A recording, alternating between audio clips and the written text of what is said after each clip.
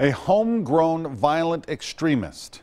That's how the FBI describes Mohammed Youssef Abdulaziz. Today, the military released graphic details surrounding that chaotic gunfight last Thursday in Chattanooga that killed 5 servicemen. News Channel 5's Chris Cannon is in our newsroom. And Chris, this really was an all-out attack.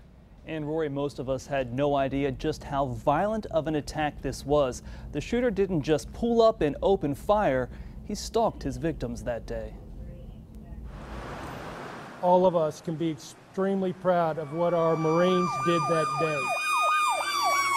In an area of Chattanooga, no one would have ever expected a gunfight. Armed with an assault rifle, a handgun, and numerous magazines of ammunition. The FBI says Mohammed Youssef Abdulaziz went into battle with members of our military. A service member from inside the facility observed him and opened fire on him, firing several rounds at him.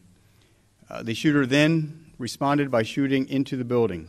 There were 20 Marines and 2 Navy corpsmen inside the Navy Operational Support Center last Thursday, and they went into active shooter mode. Rapidly going from room to room, they got their fellow Marines to safety. The shooter hit 2 people inside the building. One of them later died. He then went out the back of the building and into the motor pool area where Marines were evacuating. Once they had gotten to safety, some willingly ran back into the fight. But the 24-year-old shooter was relentless in his attack. 2 service members attempted to provide cover and assist the military personnel getting over the fence and away from the shooter. The shooter continued to fire and killed 2 additional service members.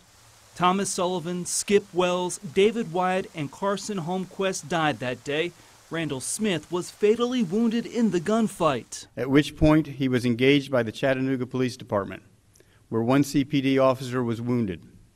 CPD returned fire and neutralized the shooter. And funeral services for the victims will start this week. David Wyatt's funeral will be Friday in Hickson, Tennessee. Randall Smith's funeral will be Tuesday. Both servicemen will be buried at Chattanooga's National Cemetery. And in response to the shooting, Governor Bill Haslam has closed all storefront National Guard recruiting centers across the state and moved the personnel to armories in the state until more security measures can be taken at those storefront locations. In the newsroom, Chris Cannon, News Channel 5 HD.